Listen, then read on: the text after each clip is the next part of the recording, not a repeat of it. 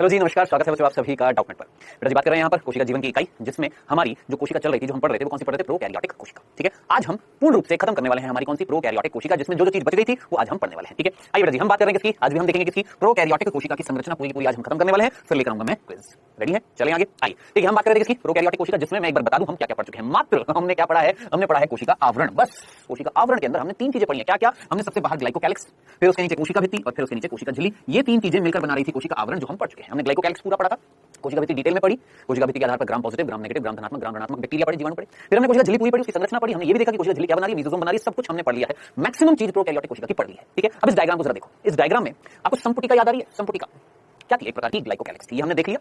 कोशिका भित्ति देख लिया, कोशिका झिल्ली ये भी देख लिया। अब बचा क्या है? देखो ये तीन चीज तो हमारी हो गई है। ठीक है, अब बचा क्या? अब बाकी जितनी भी सारी चीजें वो बच रही हैं, जो हम आज पढ़ेंगे। आप बोलेंगे इतना सारा आज पढ़ेंगे, हम बिल्कुल पढ़ेंगे। बाकी तो छोटी मोटी सिंपल सी चीजें वो आज हम खत्म करेंगे। यानी राइबोसोम वैसे हम ऑलरेडी पढ़ चुके हैं, लेकिन थोड़ी बहुत चीजें रह गई वो बताऊंगा। जीनोमिक डीएनए ऑलरेडी पढ़ चुके हैं, थोड़ी बहुत चीजें रह गई वो बताऊंगा। केंद्राभ इसकी बात करेंगे, कशाभिका इसकी बात करेंगे, झालर इसकी बात करेंगे। यानी जो चीजें बच गई हैं उनकी बात हम करने वाले हैं। आइए स्टार्ट करते हैं बेटा जी। यहाँ पर अब क्या क्या बच गया है ध्यान से सुनना। देखिए, ये एक प्रोकैरियोटिक कोशिका थी, जिसमें सबसे बाहर हमारी ग्लाइकोकैलिक्स थी, हमने पढ़ लिया। फिर साहब ग्लाइकोकैलिक्स के बाहर ग्लाइकोकैलिक्स के अंदर जो थी वो कौन थी? हमारी कोशिका भित्ति थी, वो हमने पढ़ ली है। और फिर उसके बाद कोशिका झिल्ली, और वो कोशिका झिल्ली जो अंदर की तरफ वलन लिए हुई थी, जिनको हमने बोला था मेसोसोम, वो हमने पढ़ लिया है। ये हमारी कोशिका झिल्ली है। ठीक है ना, सिंपल। चलें आगे। अब आगे ध्यान से सुनना, जो आगे चीज मैं आपको समझाने वाला हूं। अब इसके बाद हम क्या पढ़ने वाले हैं? इसके बाद हम पढ़ने वाले हैं ये कौन? दूसरा बिंदु। देखिए इसको किस तरीके से पढ़ना ये तो सोचो ना। देखिए अभी तक हमने सिर्फ क्या पढ़ा? कोशिका आवरण। कोशिका आवरण के तीन भाग पढ़ लिए। अब दूसरा बिंदु हम पढ़ने वाले हैं संरचना में, वो है कोशिका द्रव्य। कोशिका द्रव्य यानी तरीके से चीजों को समझना, नंबर वाइज चीजों को पढ़ना। सबसे पहले क्या पढ़ा? सबसे पहला चीज क्या पढ़ा था? थोड़ा सा पीछे ले जाओ। कोशिका आवरण पढ़ा, पहला नंबर क्या पढ़ा? कोशिका आवरण पढ़ा, या इसको ए नंबर दे देता हूं, ए, कहीं कंफ्यूज ना हो जाए, ए बोल दीजिए कि भैया हमने सबसे पहले क्या पढ़ा? कोशिका आवरण, जिसमें पहला दूसरा तीसरा ये तीन चीजें हमने पढ़ी, खत्म हो गया। अब हम दूसरा यानी बी जो है अब हम पढ़ रहे हैं। ए क्या पढ़ा हमने? कोशिका आवरण, जिसके हमने तीन भाग पढ़ लिए। अब बी हम देख रहे हैं कोशिका द्रव्य। कोशिका द्रव्य में क्या क्या मिलने वाला है वो सारा का सारा इस बिंदु के अंतर्गत आएगा। सबसे पहले कोशिका द्रव्य में हम देख रहे हैं क्या? राइबोसोम। देखिए ऑलरेडी मैं आपको राइबोसोम के बारे में बता चुका हूं बेटा जी। राइबोसोम के बारे में डिटेल में सारी चीजें बता दी हैं। आपको याद होगा प्रोकैरियोटिक कोशिका में राइबोसोम कैसा था? 70S, जिसकी दो इकाइयां थी, एक छोटी कौन सी? 30S, 50S। ये बेटा जी मैं आपको बता चुका हूं और बड़े अच्छे तरीके से मैंने आपको सारी चीजें समझा दी। ठीक है, राइबोसोम को क्या बोला जाता है? प्रोटीन की फैक्ट्री। प्रोटीन की फैक्ट्री ये भी मैंने आपको बता दिया था। यानी अमूमन तौर पर अगर मैं देखूं तो मैक्सिमम चीजें मैंने राइबोसोम की बता दी। अब जो चीज बच गई है वो मैं आपको बता देता हूं, ध्यान से सुनना। सबसे पहली चीज, ये राइबोसोम मिलेंगे कहां पर? सुनना, ये राइबोसोम इस प्रोकैरियोटिक कोशिका में कहां मिलेंगे? तो बेटा जी यहाँ पर जो राइबोसोम जो होते हैं, जो प्रोकैरियोटिक कोशिका में हम देखें तो राइबोसोम बेटा जी हमें दो जगह दिखते हैं। देखिएगा कहां कहां। एक तो देखिए कोशिका द्रव्य में दिख रहे हैं मुक्त रूप से, और एक आपको दिख रहे होंगे जुड़े हुए हैं इससे? कोशिका झिल्ली से, है ना। इट मींस राइबोसोम दो जगह मिल रहे हैं। हम बात करेंगे क्या? राइबोसोम प्रोकैरियोटिक कोशिका में दो जगह मिल रहे हैं। कहां कहां? एक तो दो क्षेत्रों में मिलते हैं, दो क्षेत्रों में मिलते हैं, या यूं बोल सकते हो दो रूप से मिलते हैं। एक तो मुक्त रूप से और एक कोशिका झिल्ली से जुड़े हुए। कोशिका झिल्ली से जुड़े हुए,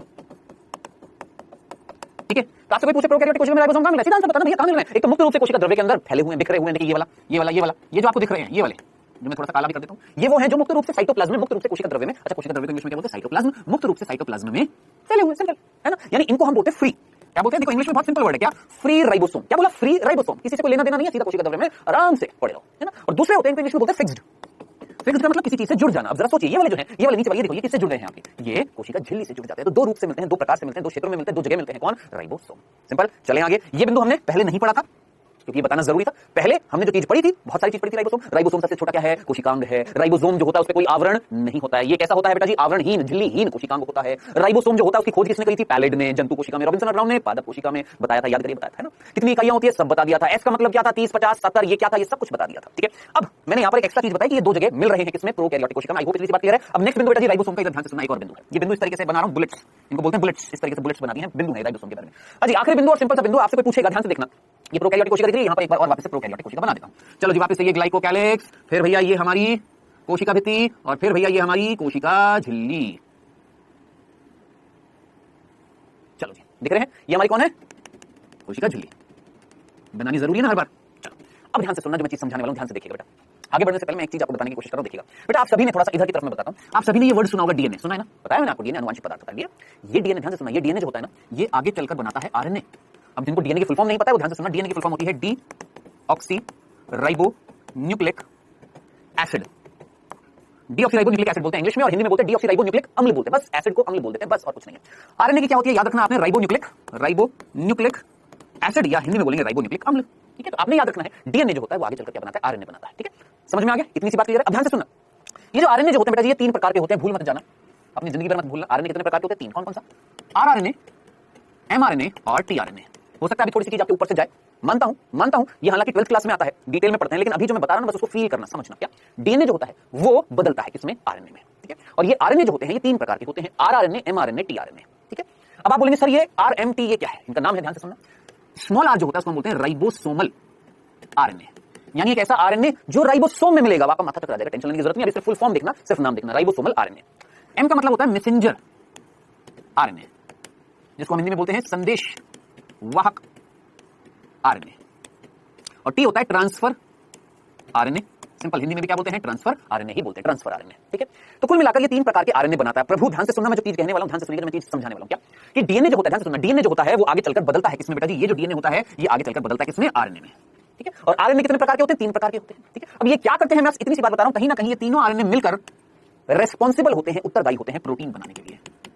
अब जिनके दिमाग में ये बात घुसी है ना तो अच्छी बात है, नहीं घुसी है तो बस इतना सा सुन लेना, क्या कि आरएनए जो होते हैं उनके 3 प्रकार होते हैं, जिसमें से एक आरएनए होता है एमआरएनए, जिसमें से एक आरएनए का नाम है एमआरएनए, संदेशवाहक आरएनए। मत पूछना अभी कार्य क्या करते हैं, मैं जानबूझ के कह रहा हूं आपसे, अभी मत पूछना इनका कार्य क्या होता है, जब जरूरत होगी मैं अपने आप आपको बता दूंगा। थोड़ा सा भरोसा मेरे पर रखिएगा, थोड़ा सा, कि जो मैं चीज बताऊंगा कहां जरूरत है कहां नहीं है, किधर जरूरत है, मैं अपने आप आपको बता दूंगा। आप टेंशन मत लेना, हाँ जो मैं आपको बता रहा हूं उसको गौर से बस सुनो और याद रखो। क्या कि डीएनए होता है, आरएनए होता है, डीएनए आगे चलकर बनाता है आरएनए, डीएनए की फुल फॉर्म ये, आरएनए की फुल फॉर्म ये, बस अभी इतना। आरएनए 3 प्रकार के होते हैं, जिसमें से एक आरएनए याद रखना एमआरएनए, संदेशवाहक आरएनए, बस इतनी सी बात। अब आप बोलेंगे ये क्यों बताया? इसलिए बताया क्योंकि देखिए ये एक प्रोकैरियोटिक कोशिका है, और इस प्रोकैरियोटिक कोशिका में देखिएगा ये है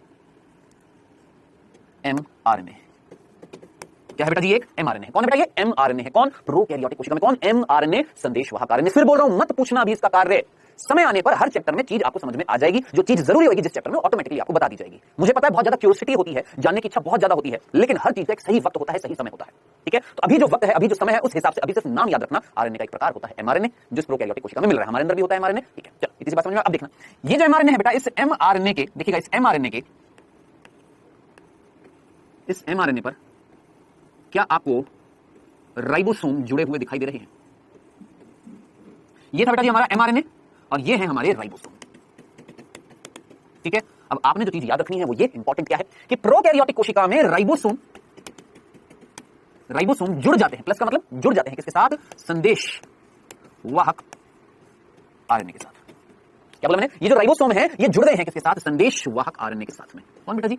ये राइबोसोम जुड़ गए हैं संदेशवाहक आरएनए के साथ में, और ये जो कंप्लीट संरचना आपको दिख रही है ना, ये कंप्लीट संरचना कौन सी? राइबोसोम जब संदेशवाहक आरएनए के साथ जुड़ता है तो ये जो संरचना बनती है, नीट 2016 2019 में ये प्रश्न पूछा गया है, याद रखना, ये संरचना कहलाती है, याद रखना, भूल मत जाना, इसको बोला जाता है बहु राइबोसोम, या इसका दूसरा नाम है बहु सूत्र। याद रखना इसका दूसरा नाम क्या बेटा जी? बहु सूत्र। याद रखना, बहु राइबोसोम या बहु सूत्र बोलते हैं, इंग्लिश में बोलते हैं पॉली राइबोसोम, या इसको बोलते हैं पॉलीसोम। ठीक है, तो ये चीज आपने याद रखनी है, भूलना नहीं है, बस इससे ज्यादा राइबोसोम से कुछ नहीं पूछा जाएगा आपसे प्रोकैरियोट्स में। तो आपने प्रोकैरियोट्स में राइबोसोम से क्या क्या चीजें याद रखनी है? सीधा सीधा फटाफट जल्दी से। क्या प्रोकैरियोट्स में राइबोसोम 17 प्रकार के होते हैं, जिसकी छोटी इकाई 30 है, बड़ी इकाई 50 है, दनादन खत्म। प्रोटीन की फैक्ट्री बोला जाता है, प्रोटीन का निर्माण करते हैं। 2 जगह मिलते हैं, या तो मुक्त रूप से मिलते हैं कोशिका द्रव्य में, या कोशिका झिल्ली से जुड़े रहते हैं। कई सारे राइबोसोम जो होते हैं वो संदेशवाहक आरएनए के साथ जुड़ जाते हैं और एक कुंडलित संरचना इस तरीके से बनाते हैं। ठीक है, इस संरचना को बोलते हैं बहु राइबोसोम या बहुसूत्र बोला जाता है, बस इससे ज्यादा कुछ नहीं। जितना मैंने पढ़ाया है राइबोसोम से संबंधित सब याद कर लेना, जितनी भी चीजें बताई हैं सब कुछ आपकी कॉपी में नोट डाउन होना चाहिए, A to Z, खत्म। ठीक है, तो जरा सोचिए, ये हम पढ़ रहे थे क्या? कोशिका द्रव्य। हमने कोशिका द्रव्य के अंदर, इस द्रव्य के अंदर सबसे पहले किसकी बात करी है? राइबोसोम की। आई होप समझ में आ गया होगा। चलें आगे। आई अब दूसरी चीज, इसमें नंबर क्या था? ए, मतलब छोटा ए, कैपिटल बी था, इसका नंबर है ना ए की जगह मैं 1 कर देता हूं ताकि कंफ्यूजन ना हो। 1 यानी कोशिका द्रव्य में हमने पहली चीज पढ़ी है क्या? राइबोसोम। अब दूसरी चीज पढ़ते हैं, ध्यान से सुनना। दूसरी जो चीज है उसका नाम है केंद्राभ। क्या नाम है बेटा जी? केंद्राभ बोलते हैं। क्या बोलते हैं बच्चों? केंद्राभ। ठीक है, अब सब केंद्राभ के ना कई सारे नाम है इंग्लिश में, हिंदी में नहीं, इंग्लिश में कई सारे नाम है, मैं आपको बताता हूं क्या क्या। न्यूक्लियोइड, हिंदी में सिर्फ एक नाम केंद्राभ, इंग्लिश में कई सारे नाम है। न्यूक्लियोइड, प्रोक्रोमोसोम, जीनोफोर, इंसिपिएंट न्यूक्लियस और क्रोमोनिमी। ठीक है, ये 5 नाम हैं किसके? केंद्राभ के हैं 5 नाम, इसके अकेले केंद्राभ बोलते हैं हिंदी में इसको। तो ज्यादा टेंशन लेने की जरूरत नहीं, केंद्राभ याद रखना, अगर ये याद हो जाए वेल एंड गुड, बहुत अच्छी बात है। चल है क्या ये? अब आप मुझे बताएंगे क्या प्रोकैरियोटिक कोशिका में केंद्रक होता है? बोलेंगे नहीं सर, प्रोकैरियोटिक कोशिका में कहां से केंद्रक हो गया? तो उसका नाम प्रोकैरियोटिक कोशिका था, उसमें केंद्रक नहीं। मैं बोलूंगा हां बिल्कुल सही बोल रहे हो आप, लेकिन आप मुझे बताएं कि कोई ना कोई जगह तो है ना जहां पर वो आनुवंशिक पदार्थ मिल रहा है प्रोकैरियोटिक कोशिका का, जिसको हमने जीनोमिक डीएनए बोला। याद है मैंने आपको बताया था कि प्रोकैरियोटिक कोशिका में जो मुख्य आनुवंशिक पदार्थ होता है, जिसे हम बोलते हैं जीनोमिक डीएनए, जिसे हम क्या बोलते हैं? जीनोमिक डीएनए, वो कहीं ना कहीं कोशिका द्रव्य में होता है ना। अब वो अगर कोशिका द्रव्य में होता है, ध्यान से देखिएगा, वो अगर कोशिका द्रव्य में यहां पर है। और कैसा है मुख्य आनुवंशिक पदार्थ? कैसा है? गोलाकार है। कैसा है? गोलाकार है। एक डीएनए के धागे से बना हुआ है, जिसको हमने जीनोमिक डीएनए बोला था, अगर भूले नहीं है तो आप याद है। ये मुख्य आनुवंशिक पदार्थ जो होता है, जिस जगह पर मिलता है, जिस एरिया में मिलता है, जिस क्षेत्र में मिलता है, उस जगह को बोला जाता है केंद्राभ। याद रखना। तो केंद्राभ क्या था? वह क्षेत्र जहां मुख्य आनुवंशिक पदार्थ, और मुख्य आनुवंशिक पदार्थ को हमने क्या बोला था? Genomic DNA. क्या नाम दिया था? जीनोमिक डीएनए मिलता है उस क्षेत्र को हम बोलते हैं केंद्राभ। उस जगह को हम क्या बोलते हैं? केंद्राभ। केंद्रक नहीं। केंद्राभ वो जगह है जहां पर मुख्य आनुवंशिक पदार्थ मिलता है। आई होप इतनी सी बात समझ में आ गई है, कोई कंफ्यूजन नहीं होगा, क्लियर है ये वाली चीज। चलें आगे। अब ध्यान से सुनना, एक और चीज है। अब आप में से कितने बच्चों को याद है?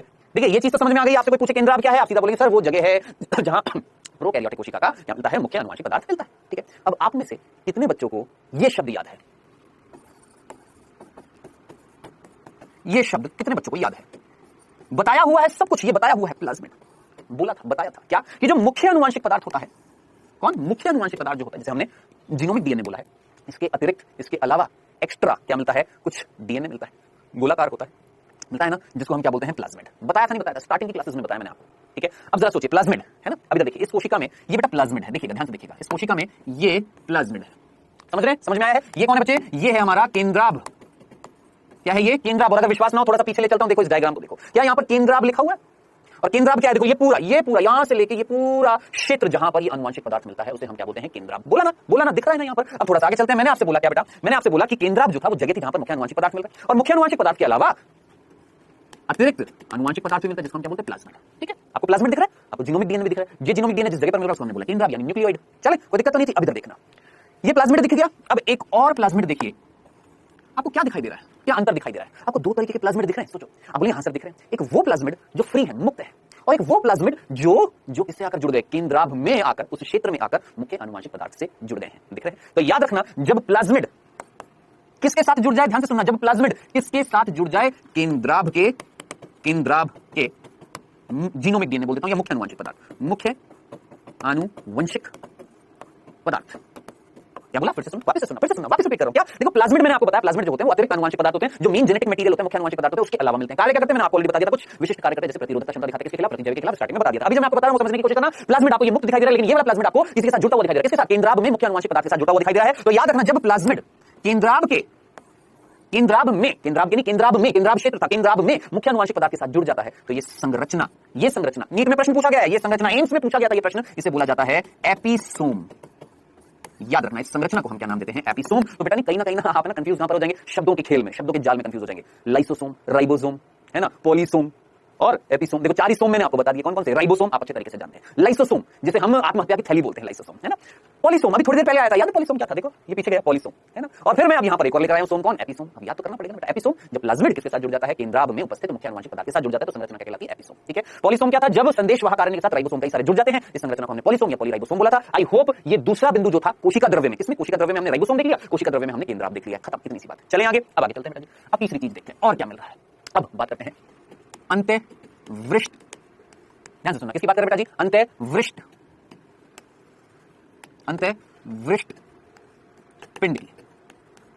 अब देखिए, अंत्यवृष्ट पिंड, जिसको हम इंग्लिश में बोलते हैं इंक्लूजन बॉडी, क्या बोलते हैं? इंक्लूजन बॉडी या अंत्यवृष्ट पिंड बोलते हैं हिंदी में। ठीक है। अब साहब ये क्या है? ध्यान से सुनना, समझना इस चीज को। वापस से फिर से मैं बना रहा हूं कोशिका, लेकिन अब की बार ना मैं वो बार ग्लाइकोकैलिक्स और कोशिका झिल्ली और कोशिका भित्ति वो नहीं बना रहा हूं, मैं सिंपल बोल रहा हूं बेटा, ये हमारी एक प्रोकैरियोटिक कोशिका, मैं थक गया बार-बार वो बनाकर, समझ लेंगे ना भैया। ये कोशिका कौन सी कोशिका? प्रोकैरियोटिक कोशिका, बजराम जी की। ठीक है।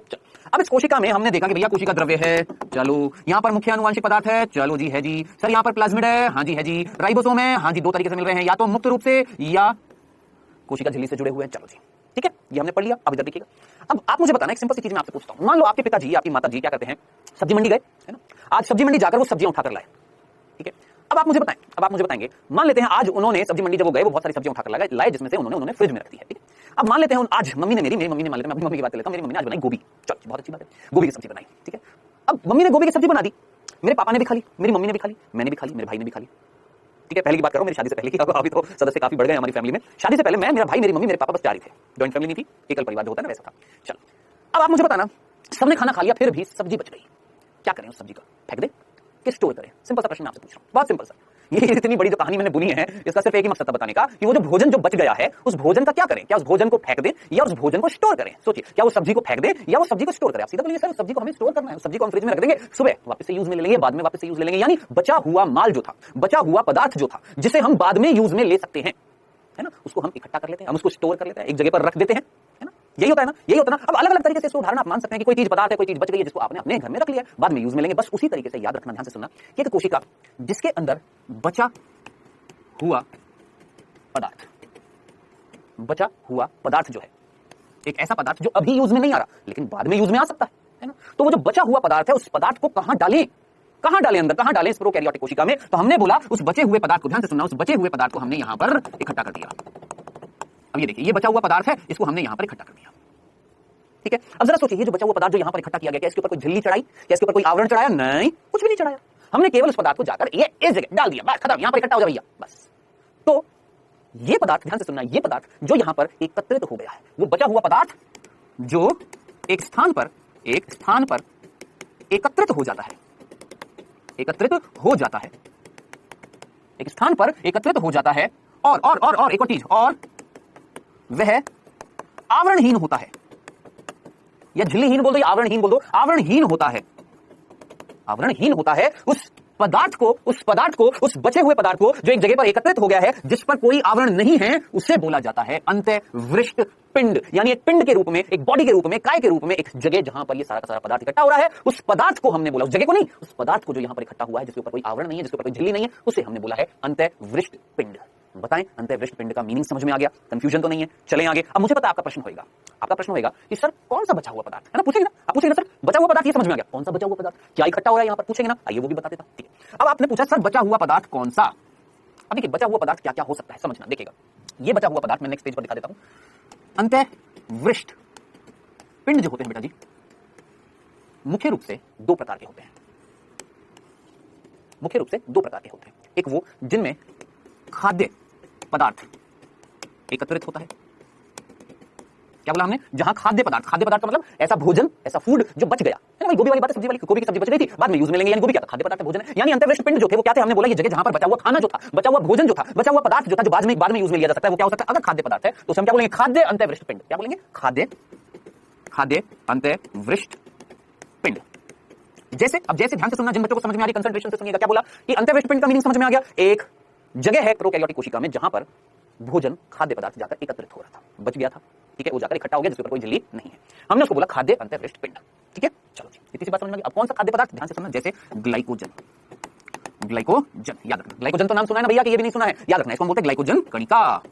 अब जरा सोचिए, मान लेते हैं एक जीवाणु था, ये कौन था, एक बैक्टीरिया था, और इस जीवाणु के अंदर यहां पर एकत्रित हो गया क्या, ग्लाइकोजन, तो एक कणों के रूप में इकट्ठा हो गया, नहीं हो गया, कणों के रूप में, कण है ना यहां पर, किसके कण है, छोटे बहुत सारे कण है, किसके, ग्लाइकोजन के, ग्लाइकोजन भर गया, बहुत सारा भर गया, कौन, ग्लाइकोजन। तो ये जो संरचना है, ये जो अंतःवृष्ट पिंड है, इसको हमने बोला ग्लाइकोजन कणिका। आया समझ में? क्या बोला, ग्लाइकोजन कणिका, जो मुख्य रूप से किसमें मिलती है, जीवाणु में मिलती है, याद रखना, किसमें मिलती है, जीवाणु में मिलती है। बताएं, सिंपल था। चलें आगे, और क्या हो सकता है, और देखिए, फॉस्फेट कणिका। अब आप में से कितने बच्चे हैं जिनको यही नहीं पता, फॉस्फोरस नाम सुना है, तत्व होता है, एलिमेंट होता है, खनिज होता है, कौन, फॉस्फोरस, कैल्शियम, मैग्नीशियम, फॉस्फोरस, क्या होते हैं, तत्व होते हैं, एलिमेंट्स होते हैं ना। तो फॉस्फोरस जो है यहां पर एकत्रित हो गया, बच गया था फॉस्फोरस, बहुत सारा बच गया, हमने यहां पर एकत्रित कर दिया, बाद में यूज में आएगा। अब आप बोलेंगे कहां यूज में आएगा भैया, डीएनए में फॉस्फेट होता है, आरएनए में फॉस्फेट होता है, याद रखना। और तो और छोड़ो, ऊर्जा, एटीपी नाम सुना है, एटीपी, एडिनोसिन ट्राइफॉस्फेट, क्या वर्ड है, एडिनोसिन ट्राइफॉस्फेट, एटीपी। बिना एटीपी के तो मैं जिंदा नहीं रह सकता, आप नहीं रह सकते, कोई कोशिका जिंदा नहीं रह सकती, क्योंकि ऊर्जा की इकाई होती है कौन, एटीपी। जरा सोचिए, उसमें फॉस्फेट है। अब जरा सोचिए, यहां पर एक्स्ट्रा फॉस्फेट थी, कहां डालूं, यहां पर डाल दी, एक जगह पर इकट्ठी कर दी, तो उसको मैंने बोला फॉस्फेट कणिका, है ना। अब फॉस्फेट कणिका मुख्य रूप से सभी में मिलती है, सभी प्रोकैरियोट्स में मिलती है, ठीक है। और जी, और एक और बता देता हूं, साइनोफाइसिन कणिका।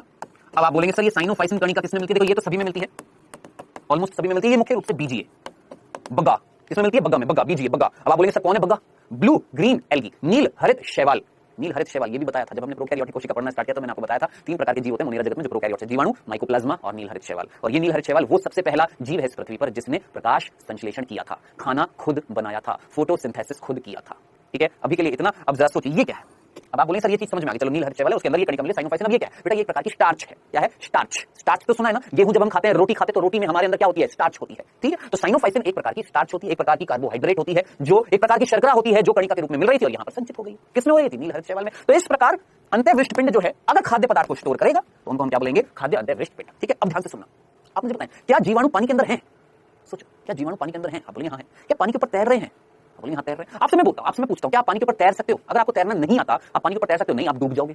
ठीक है, वहीं मैंने आपसे बोला, मान लो एक टायर की ट्यूब है या दो टायर की ट्यूब है। एक टायर की ट्यूब के अंदर मैंने मिट्टी भर दी, ध्यान से सुनना, एक टायर की ट्यूब के अंदर मैंने मिट्टी भर दी और एक टायर की ट्यूब के अंदर है वायु, एयर। जब पानी में डालेंगे तो कौन सी टायर की ट्यूब नीचे डूब जाएगी? आप सीधा बोलेंगे सर जिसमें मिट्टी थी। क्यों? क्योंकि ये ठोस है और वो जल है। जल का घनत्व ठोस से सॉलिड से क्या होता है? कम होता है, तो ठोस नीचे चला जाता है। सॉलिड की डेंसिटी जो होती है लिक्विड से कम होती है, तो सॉलिड नीचे चला जाता है। वहीं अगर वायु की बात करो तो वायु की लिक्विड से तरल से क्या होती है? कम होती है, तो वो ऊपर तैरता रहता है। ये तो सिंपल सा बहुत बेसिक सा कांसेप्ट है, छोटी क्लास में सिखा दिया जाता है। अब मैं आपसे पूछता हूं कि अगर किसी जीवाणु में, ध्यान से सुनना, अगर किसी जीवाणु में यहां पर खाद्य पदार्थ स्टोर ना करके, ध्यान से सुनना, खाद्य पदार्थ स्टोर ना करके यहां पर अगर मैं इस जगह पर वायु स्टोर कर लूं, सोचो, खाद्य पदार्थ स्टोर नहीं किया और वायु स्टोर कर लिया, हवा अंदर भर ली है। अब मुझे बताएं, क्या ये जीवाणु एक ट्यूब की तरह है जिसके अंदर वायु है? क्या ये जीवाणु पानी के ऊपर तैर सकेगा? ये तैरने की क्षमता जो है इसको बोलते हैं उत्प्लावन। क्या बोलते हैं? उत्प्लावन। प्लावी, प्लावी का मतलब क्या होता है? तैरना, सतह पर तैरना। और उत्प्लावन का मतलब होता है बायोन्सी, जिसके अंदर वायु होगी वो ऊपर पानी के ऊपर सतह पर तैरता है। तो याद रखना, ऐसी अंतःवृष्ट पिंड जिसे हम बोलते हैं गैस या गैसीय अंतःवृष्ट पिंड, गैसीय अंतःवृष्ट पिंड। पिंड तो है, देखो, जहां पर इकट्ठा हो रहा है। पिंड का मतलब क्या होता है? पिंड का मतलब क्या होता है? जहां पर लोग इकट्ठे होते हैं, जहां पर कोई चीज एकत्रित होती है, उसको बोलते हैं पिंड। अंतःवृष्ट का मतलब कहीं ना कहीं अंदर की तरफ, कोशिका के अंदर की तरफ एक पिंड बन रहा था जो किसी ना किसी चीज के इकट्ठे होने से बन रहा था। या तो खाद्य पदार्थ के रूप में बन रहा था तो बोला खाद्य अंतःवृष्ट पिंड, या गैस एकत्रित हो रही तो बोल दिया गैसीय अंतःवृष्ट पिंड। अब ये किसमें मिलेगा? जरा सोचिए। वो जीवाणु, ध्यान से सुनना, वो जीवाणु जो पानी की सतह पर तैरते रहते हैं। आप बोलेंगे क्यों तैर रहे हैं? प्रकाश के लिए। क्या बोला? वो जीवाणु जो पानी की सतह पर तैर रहे हैं, प्रकाश मिलता रहे। क्यों मिलता रहे? प्रकाश संश्लेषण करना है। क्यों करना है? क्योंकि वो स्वपोषी हैं। सोचिएगा, नील, हरित, शैवाल, ब्लू, ग्रीन एल्गी पानी की सतह पर तैरते हैं। क्यों तैरते हैं? ताकि वो पानी की सतह पर तैरते रहे, ताकि प्रकाश मिलता रहे, प्रकाश संश्लेषण करते रहे, खाना खुद बनाते रहे। बस इतनी सी बात थी। मेरे ख्याल से ये पूरा समझ में आ गया होगा, अंतःवृष्ट पिंड A to Z। चले आगे, कंफ्यूजन तो नहीं था? पक्का? यहां तक जरा सोचिए, जल्दी से, फटाफट जल्दी से सोचिए, यहां तक कोई प्रॉब्लम तो नहीं है? ठीक है बेटा जी, यहां तक ही समझ में आ गई है? चले आगे। ये हमने क्या पढ़ लिया? देखिए, हम पढ़ किसके अंदर हैं? कोशिका द्रव्य के अंदर पढ़ रहे हैं। जितनी भी सारी चीजें पढ़ रहे हैं किसके अंदर पढ़ रहे हैं? कोशिका द्रव्य में। क्या क्या पढ़ा? राइबोसोम देख लिया, और क्या देखा हमने? केंद्राभ देख लिया, और क्या देखा बेटा जी हमने? अंतःवृष्ट पिंड देख लिया। अब ये हमारा खत्म हो चुका है। क्या खत्म हो चुका है? ये बेटा जी हमारा खत्म हो चुका है कोशिका द्रव्य, है ना? क्या खत्म हो चुका है? कोशिका द्रव्य। एक बार पीछे ले चलो, देख लो एक बार थोड़ा सा। कोशिका द्रव्य में राइबोसोम देख लिया, चलो जी। कोशिका द्रव्य में फिर उसके बाद हमने केंद्राभ देख लिया, चलो जी। फिर हमने अंतःवृष्ट पिंड देख लिया, चलो जी। अब ये हमारा कोशिका द्रव्य भी खत्म। अब आप बोलेंगे सर और क्या बच गया? अभी थोड़ी सी और चीजें बची हैं, वो देखते हैं। अब देखिएगा, ये हमारा कितने बिंदु हो चुके हैं? क्रम पता है आपको? क्या क्या पढ़ लिया? कोशिका आवरण, जिसके 3 भाग। बताऊं क्या क्या कैसे कैसे पढ़ लिया? देखिएगा, कई बार पढ़ते पढ़ते हम ये भूल जाते पढ़ा क्या। देखिए, हमने प्रोकैरियोटिक कोशिका की जो संरचना है उसमें हमने क्या क्या पढ़ लिया। हमने देखिए सबसे पहले पढ़ा कोशिका आवरण। ये भी पता होना चाहिए कि पढ़ना क्या है, कोशिका आवरण। और कोशिका आवरण जो है, उस कोशिका आवरण में हमने 3 चीजें पढ़ी। सबसे पहले ग्लाइकोकैलिक्स, फिर उसके बाद कोशिका भित्ति, कोशिका भित्ति, फिर उसके बाद कोशिका झिल्ली। ठीक है, ये 3 चीज पढ़ी। फिर इसके बाद बेटा जी हमने पढ़ा क्या? कोशिका द्रव्य। क्या पढ़ा? कोशिका द्रव्य। कोशिका द्रव्य में बेटा जी हम लोगों ने क्या क्या पढ़ा? हमने वापस से 3 चीज पढ़ी। क्या? राइबोसोम, फिर हमने पढ़ा क्या? केंद्राभ, और फिर आखिरी में हमने पढ़ा क्या? अंतःवृष्ट पिंड। ये हमने पढ़ा है बच्चों। इसमें याद रखना, अभी तक हमने प्रोकैरियोटिक कोशिका की संरचना। ठीक है, अब मामूली सी 2 चीजें बच रही हैं। क्या क्या? आप बोलेंगे सर अभी भी बच रहा है? हाँ बेटा, अभी भी बच रहा है। क्या बच रहा है? कशाभिका, कशाभिका, सिंपल सा। ठीक है, और एक और चीज बच रही है, यहां लिख देता हूं, जिसे हम बोलते हैं रोम। जिसे हम क्या बोलते हैं? रोम और झालर। क्या बोलते हैं? रोम और झालर। तो कुल मिलाकर अब हमारी 2 चीजें रह गई है, रोम, झालर और कशाभिका। चले आगे, पढ़ें, खत्म करें इनको जल्दी से खत्म करते हैं और हमारा प्रोकैरियोटिक कोशिका खत्म हो जाएगा। आइए पढ़ते हैं क्या बेटा जी अब हमारा सी। सी क्यों बोला? क्योंकि ए हमने ये पढ़ा था, बी हमने ये पढ़ा था, ए के अंदर 1 हमने ये पढ़ा, 2 हमने ये पढ़ा, 3 हमने ये पढ़ा, बी के अंदर 1 हमने ये पढ़ा, 2 हमने ये पढ़ा, 3 हमने ये पढ़ा। इस तरीके से माइंड मैप बनाया करो भाई। जो इस तरीके से माइंड मैप बना लो भैया। प्रोकैरियोटिक कोशिका में संरचना में क्या देगा? कोशिका आवरण देगा, जिसमें ये 3 चीज पढ़ी। फिर कोशिका द्रव्य में भैया ये 3 चीज पढ़ी। अब क्या पढ़ने वाले हैं? सी। क्या पढ़ने वाले हैं? कशाभिका। डी क्या पढ़ेंगे? ये पढ़ेंगे। जयराम जी की, खत्म, इतनी सी बात है। आइए इसी बात करते हैं कशाभिका की। कशाभिका, जिसको हम बोलते हैं फ्लैजिला, जिसका पहला बिंदु जो आपने याद रखना है वो ये इसका कार्य है।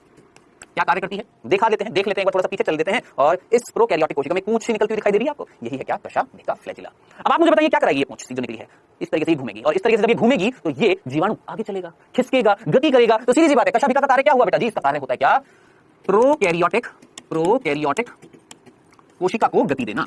प्रोकैरियोटिक कोशिका को गति देना।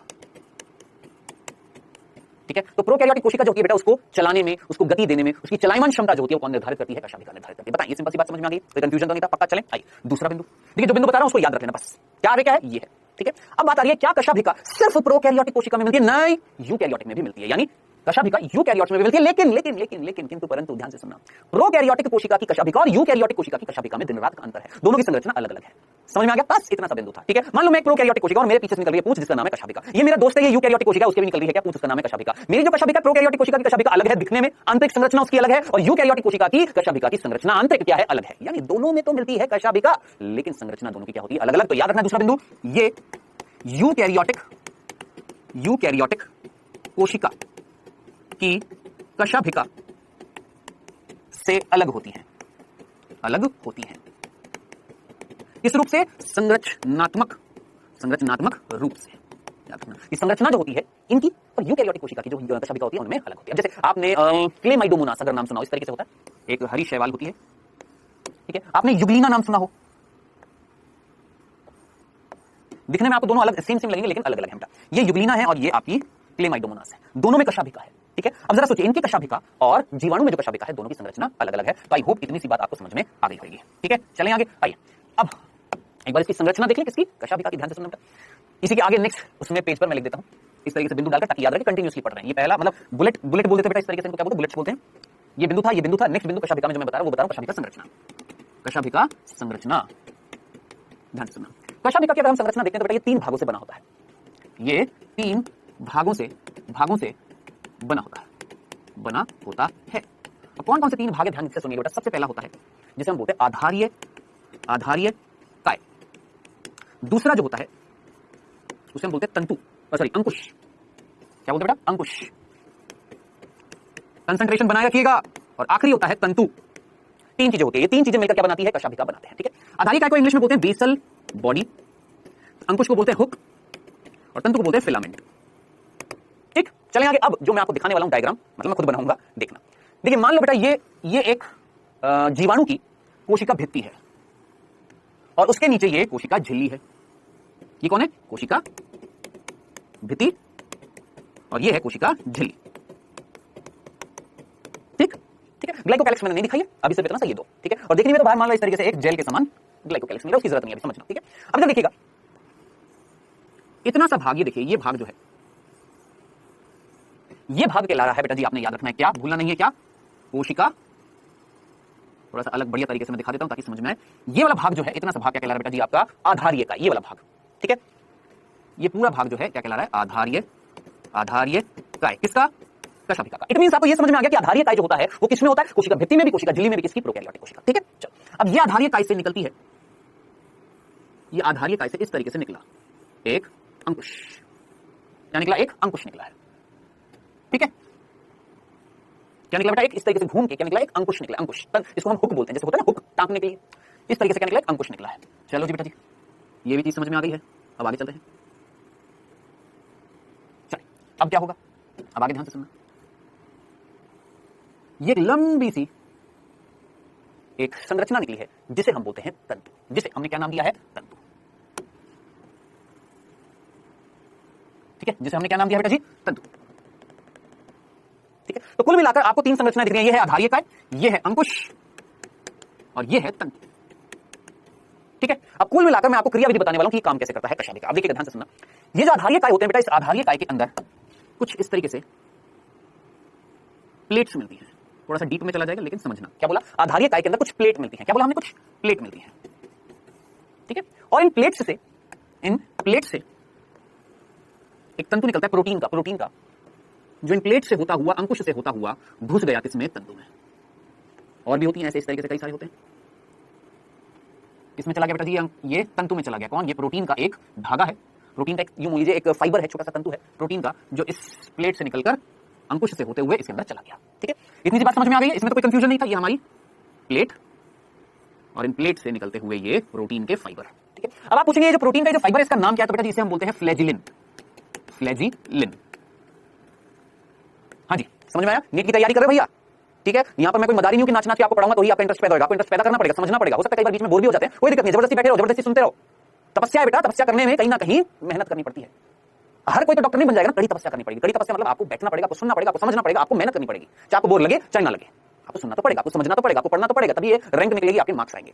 कुल मिलाकर ये संरचना थी किसकी, कशाभिका की। वापस से देखते हैं मैंने क्या बोला कि भैया कशाभिका जो होती है वो 3 भागों से बनी होती है। आधारीय काय किसमें मिल रहा है बेटा जी, ये कोशिका भित्ति, कोशिका झिल्ली में मिल रहा है। फिर अंकुश इस तरीके से घुमा हुआ एक हुक होता है, इस तरीके से घूम जाता है और फिर सबसे लंबा भाग होता है कौन बेटा जी, फिलामेंट यानी तंतु। ये पूरा तंतु था, ठीक है। हमने बोला आधारिक इकाई के अंदर कुछ प्लेट मिलती है, प्लेट प्रोटीन की बनी होती है, ये भी प्लेट किससे बनी होती है, प्रोटीन की प्लेट होती है। इन्हीं प्लेट से कुछ प्रोटीन के फाइबर, कुछ प्रोटीन के तंतु निकलकर इस लंबे से तंतु में चले जाते हैं, ठीक है। अब आप बोलेंगे आगे क्या सर, आगे क्या, आइए आगे मैं आपको बताता हूं कुछ इस तरीके से, समझना देखना, मेरे पास अगर कुछ होगा तो मैं आपको समझाता हूं। वेट, रुकिए, देखिए ऐसे, देखिए कुछ इस तरीके से मान लो ये प्लेट है, ये दिख रही है आपको, दिख रही है, चलो ये प्लेट है, आपको दिख रही है, हाँ सर ये प्लेट है, ठीक है। अब इस प्लेट से, ये प्लेट थी, ये प्लेट आपको दिख रही है, ये वाली प्लेट, इस प्लेट से ये प्रोटीन का तंतु निकला ऊपर और प्रोटीन का तंतु निकलकर यहां चला गया, ठीक है। अब जरा सोचिए अगर ये प्लेट घूमेगी तो इस प्लेट से जुड़ा हुआ ये फ्लैजेलिन का जो तंतु है ये भी हिलेगा कि नहीं हिलेगा, बिल्कुल हिलेगा। तो जरा सोचिए ये प्लेट इस तरीके से हिली और अगर ये हिली तो ये तंतु हिला और मतलब ये फ्लैजेलिन हिला, ये फ्लैजेलिन अगर हिलेगा तो ये फ्लैजेलिन किसके अंदर है, तंतु के अंदर, तंतु भी हिलेगा और तंतु भी अगर हिलेगा तो जरा सोच समझकर मुझे बताएं क्या ये पूरा कशाभिका का ये तंतु अगर हिलेगा तो वो जीवाणु हिलकर आगे जाएगा या आगे पीछे होगा या नहीं होगा, गति करेगा नहीं करेगा। तो इस प्रकार गति करता है कौन बेटा जी, फ्लैजिला यानी आपका कशाभिका। खत्म, बस इतनी सी बात आपने याद रखनी थी और कुछ भी नहीं। बताएं क्लियर बेटा जी। तो मेरे ख्याल से आपको ये पूरा का पूरा कशाभिका समझ में आ गया होगा। अब आखिरी चीज है डी, ये हमारा क्या खत्म हो गया बेटा, कशाभिका, बस इतना सा याद रखना, इससे ज्यादा कुछ नहीं। कशाभिका का कार्य, कशाभिका जो होता है किसमें होता है, दोनों में होता है, लेकिन दोनों की संरचना अलग होती है। प्रोकैरियोट में कैसी होती है, मैंने आपको बता दिया, तीन चीजों से बना होता है। ये तीन चीजें थी जिसमें फ्लैजिलन तंतु जो होता है जो इन प्लेट से निकलता है, इन प्लेट के भी अलग अलग नाम होते हैं, LPSM, अलग अलग नाम होते हैं, LPSM, ठीक है। हाँ जी क्लियर है ये वाली चीज। चलें आगे। अच्छा एक और चीज, ये जो प्लेट जो होती है ना, ध्यान से सुनना, ये जो प्लेट जो होती है ये ग्राम जो पॉजिटिव होता है ना बैक्टीरिया, उसमें केवल दो होती है, याद रखना। ग्राम पॉजिटिव जो होता है ना, ग्राम पॉजिटिव, उसमें केवल दो प्लेट होती है, जबकि ग्राम नेगेटिव जो होता है, ग्राम नेगेटिव जो होता है उसमें ये चार होती हैं। और मैंने आपको यहां पर कितनी दिखाई है, चार। तो चार प्लेट मिलती हैं आधारीय इकाई में, किसने, ग्राम ऋणात्मक जीवाणु में, और दो मिलते हैं ग्राम धनात्मक जीवाणु में, याद रखना, बस इतनी सी बात, ठीक है। आइए बेटा जी अब बात करते हैं बेटा जी यहां पर आखिरी चीज, आखिरी संरचना जिसका नाम है रोम, जिसको हम इंग्लिश में बोलते हैं पेलाई, पेटाई नहीं, और झालर। इसको हम 2 मिनट में खत्म कर देंगे क्योंकि बहुत सिंपल है, ये कुछ भी नहीं है, जिसको हम बोलते हैं फिम्ब्री, ठीक है। क्या काम करते हैं, बस सिंपल सा। झालर क्या कार्य करता है, देखिए पहले डायग्राम में एक बार वापस से पीछे चलते हैं, थोड़ा सा झालर देख लेते हैं कैसे दिखते हैं। देखिए आपको ये कुछ दिखाई दे रही है, ये कुछ सफेद सफेद से सफेद सफेद से सफेद सफेद से दिख रहा है, क्या लिखा हुआ है, झालर लिखे हुए। क्या कार्य करता है ये भी मैं आपको जल्दी से बता देता हूं बेटा जी। ये जो झालर जो होते हैं इनका कार्य सिंपल सा होता है। जरा सोचिए एक जीवाणु है जो मान लो किसी ठोस पदार्थ के पास पहुंचा, अब वो चाहता है कि वो उससे चिपका रहे, उससे जुड़ा रहे। कैसे जुड़ा रहेगा, सीधी सी बात है। तो ये झालर जो होते हैं इनका कार्य क्या होता है, क्या, प्रोकैरियोटिक कोशिका को, प्रोकैरियोटिक कोशिका को ठोस भाग से जोड़ना या चिपकाना, ठीक है। तो चिपकाने का कार्य, जोड़ने का कार्य, प्रोकैरियोटिक कोशिका को किसी ठोस पदार्थ से, किसी पत्थर से, किसी पानी के अंदर किसी पत्थर से, यानी किसी भी पदार्थ से जो ठोस है उससे जुड़ना, उससे चिपकना है। मान लो खाद्य पदार्थ है, भोजन है, उसके पास जाकर उससे जुड़ना है, चिपके रहना है। कौन कराता है, कौन बेटा जी, ये आपकी कौन बेटा, झालर। अब जरा सोचिए क्या हमारे अंदर जीवाणु जाते हैं, सोचिए जीवाणु से हमारे अंदर रोग होता है ना। अब जरा सोचिए मेरे अंदर अगर कोई जीवाणु गया, मान लो मेरे अंदर कोई जीवाणु गया, जो मैंने आपको पहले भी बताया था, हेलियोबैक्टर, याद है, हेलियोबैक्टर एसिटाई, याद आ रहा है, या स्ट्रेप्टोकोकस निमोनी, कौन सा, स्ट्रेप्टोकोकस निमोनी मेरे अंदर गया। अब जरा सोचिए मेरे अंदर जाकर वो कहीं ना कहीं किसी ना चीज से जुड़ेगा ना, चिपकेगा ना, कोई कार्य करने के लिए किसी ना किसी चीज के पास जाकर चिपकेगा, तो चिपकाने के लिए कौन उत्तरदायी है, झालर, ठीक है। बस इतना याद रखना। झालर में आखिरी है रोम, भैया इसका कार्य क्या होता है। जरा सोचिए एक जीवाणु को दूसरे जीवाणु से चिपकना है। देखिए ये तो क्या कर रहा था, एक जीवाणु को, एक प्रोकैरियोटिक कोशिका को किसी ठोस पदार्थ से चिपकवा रहा था, ये क्या कर रहा है, एक जीवाणु को दूसरे जीवाणु से चिपकवा रहा है। तो इसका कार्य क्या होता है, एक जीवाणु को दूसरे जीवाणु से जोड़ने का कार्य, एक जीवाणु को दूसरे जीवाणु से जोड़ने का कार्य कौन करती है बेटा जी, रोम करती है। और ये रोम कुछ विशेष प्रकार के प्रोटीन से बनी होती है जो हमारे बुक्स में नहीं दे रखा, लेकिन मैं आपको बताऊंगा, इसका नाम होता है पिलिन प्रोटीन। देख लेना चाहे अपनी बुक्स में, आपकी बुक्स में मुख्य रूप से एनसीईआरटी में लिखा हुआ है क्या, कि रोम यानी पिलिन जो, रोम यानी पिलाई जो होते हैं वो एक विशेष प्रकार के प्रोटीन से बने होते हैं, लेकिन ये नहीं बताया कौन से प्रोटीन से, मैंने आपको बता दिया, याद रखना। कौन, पिलिन प्रोटीन होता है इसमें, इन रोम में, इन पिलाई में, जो एक जीवाणु को दूसरे जीवाणु से जोड़ने का कार्य करते हैं। जबकि ये इनमें, अब आप पूछेंगे सर इनमें कौन सा होता है, फिम्ब्रिन होता है। कौन सा होता है, फिम्ब्रिन प्रोटीन होता है। फिम्ब्री में फिम्ब्रिन प्रोटीन, पिलाई में पिलिन प्रोटीन। ये क्या करते हैं, फिम्ब्री यानी झालर क्या करते हैं, एक जीवाणु को या प्रोकैरियोटिक कोशिका को किसी ठोस पदार्थ से जोड़ते हैं, जबकि ये क्या करते हैं, एक जीवाणु को दूसरे जीवाणु से जोड़ते हैं। आया समझ में। तो इसी के साथ हमने पूरा कंप्लीट किया है, क्या बोला मैंने, हमने पूरा कंप्लीट किया है, दे दनादन पूरा हमने खल्लास कर दिया है क्या, प्रोकैरियोटिक कोशिका। अब सुनने में तो ऐसा लगेगा बहुत बड़ा तीर मार लिया, लेकिन थोड़ी सी चीज पढ़ी हमने, समझ में आया। लेकिन हमने एक चीज जरूर सीखी है क्या, कि जब भी पढ़ो किसी भी चीज को ध्यान से पढ़ो, आराम से पढ़ो, तसल्ली से पढ़ो, ठीक है। आप अगर इसी तरीके से एक एक कांसेप्ट को स्ट्रांगली समझते गए, पढ़ते गए, डेफिनेटली सक्सेस मिलेगी, ठीक है। तो ये बेटा जी हमारी हो चुकी है क्या, प्रोकैरियोटिक कोशिका की संरचना, ठीक है। अब समय हुआ है 1 मिनट रिवीजन। 1 मिनट रिवीजन मतलब मेरे ख्याल से आपको समझ में आता है कि आज हमने क्या पढ़ा बेटा जी। आज हमने प्रोकैरियोटिक कोशिका में जो संरचना बच गई थी वो सारी खत्म की। क्या क्या हमने राइबोसोम के बारे में कुछ पॉइंट्स पढ़े थे, कुछ बिंदु पढ़े थे। हमने केंद्राब पढ़ा, केंद्राब के अंदर हमने पढ़ा केंद्राब क्या है, वहां पर मुख्य अनुवांशिक पदार्थ मिल रहा था, वो हमने जगह देखी, उसको हमने बोला केंद्राब। हमने एपिसोम पढ़ा, जब प्लाज्मिड किससे जुड़ जाता है, याद रखना, केंद्राब में उपस्थित मुख्य अनुवांशिक पदार्थ, उसको हम क्या बोलते हैं, एपिसोम। हमने पॉलीसोम भी पढ़ा था, जब संदेशवाहक आरएनए से राइबोसोम जुड़ते हैं तो उसको हमने बोला था पॉलीसोम यानी बहुसोम या बहुराइबोसोम, ठीक है। फिर हमने अंतःवृष्ट पिंड पढ़े, वो जगह जहां पर बचा हुआ पदार्थ इकट्ठा हो जाता है, या तो वायु इकट्ठी हो जाएगी या खाद्य पदार्थ इकट्ठा हो जाएगा, जैसे फॉस्फेट, जैसे साइनोफाइसिन, जैसे ग्लाइकोजन की क्या बन जाती है, कणिकाएं बन जाती है। जबकि गैसीय आपका अंतःवृष्ट पिंड जो होता है वो मुख्य रूप से नील हरित शैवाल में मिलता है। फिर हमने पढ़ी कशाभिका की संरचना, भैया गति कराती है, प्रोकैरियोटिक और यूकैरियोटिक दोनों में मिलती है, लेकिन दोनों में संरचना का अंतर होता है। प्रोकैरियोटिक कोशिका में कशाभिका जो होती है 3 भागों से बनी होती है। कौन कौन सी, आधारीय इकाई जो कोशिका भित्ति कोशिका झिल्ली में होता है, फिर हुक जिसको हमने अंकुश बोला, फिर लंबा सा क्या तंतु। आधारीय इकाई के अंदर 4 प्लेट होती है ग्राम ऋणात्मक जीवाणु में और 2 प्लेट होती है ग्राम धनात्मक जीवाणु में। इन प्लेट से एक तंतु निकलता है, किसका, एक फाइबर निकलता है, किसका, प्रोटीन का, ठीक है, वो जिसका नाम है फ्लैजेलिन, जो तंतु में जाकर चला जाता है। जब प्लेट हिलती है तो फ्लैजेलिन हिलता है, फ्लैजेलिन किसमें है, तंतु में, वो पूरा तंतु हिलेगा तो वो गति करेगा। ये हमने पढ़ा कशाभिका। फिर हमने पढ़ा रोम जिसका कार्य है 2 जीवाणु को जोड़ना, झालर जिसका कार्य है प्रोकैरियोटिक जीवाणु को किसी ठोस पदार्थ से जोड़ना, खत्म। ये हमने आज सारा पढ़ा है, ठीक है। अब समय हुआ है किसी बेटा जी क्विज का। पहला प्रश्न आपकी स्क्रीन पर आता हुआ फर्स्ट। बहुराइबोसोम बना होता है। बहुराइबोसोम किससे बना होता है? राइबोसोम से, आरएनए से, दोनों ए और बी से, कोई नहीं से। जल्दी से आंसर बताएं, बहुराइबोसोम या बहुसूत्र या पॉलीसोम या पॉलीराइबोसोम किससे बना हुआ था?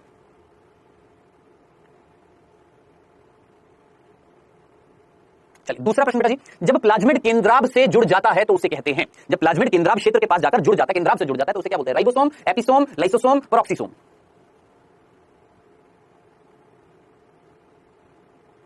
समय हुआ समाप्त। डिस्कस करते हैं। पहला प्रश्न था बहुराइबोसोम किससे बना होता है? मैंने बोला था आपको एक संदेशवाहक आरएनए था ना, था क्या? आरएनए तो था ना, ठीक है, संदेशवाहक था, लेकिन था तो कौन? आरएनए, जिससे क्या जुड़ा था आपने? राइबोसोम। तो राइबोसोम जब एक प्रकार के आरएनए से जुड़ जाते हैं तो क्या बनता है? बहुराइबोसोम बनता है। तो करेक्ट आंसर क्या हो जाएगा? सी। चल, जब प्लाज्मिड केंद्राब से जुड़ जाता है तो क्या बनता है? सीधा सीधा एपिसोम। दोनों ही इंपॉर्टेंट क्वेश्चन थे, दोनों ही आपने याद रखनी है। एक बिंदु आपने याद रखना, प्रोकैरियोटिक कोशिका से एक भी प्रश्न बाहर नहीं जाएगा अगर आपने सीरियसली पढ़ा होगा। क्या प्रोकैरियोटिक कोशिका? इस चीज की मैं लिखित गारंटी दे सकता हूं अगर आपने ढंग से पढ़ा है। ठीक है, याद रहेगा तो आप डेफिनेटली कर लेंगे, नहीं तो और बच्चे कर लेंगे जिन्होंने पढ़ा है। ठीक है, चलिए बेटा, होमवर्क आपको नीचे मिलेगा होमवर्क सेक्शन में। अब नेक्स्ट लेक्चर में हम मिलेंगे कौन सी कोशिका के साथ? यूकैरियोटिक कोशिका हम पढ़ना अब स्टार्ट करेंगे। ठीक है, तो मिलेंगे बेटा जी नेक्स्ट लेक्चर में। Okay then, tata bye bye, take care.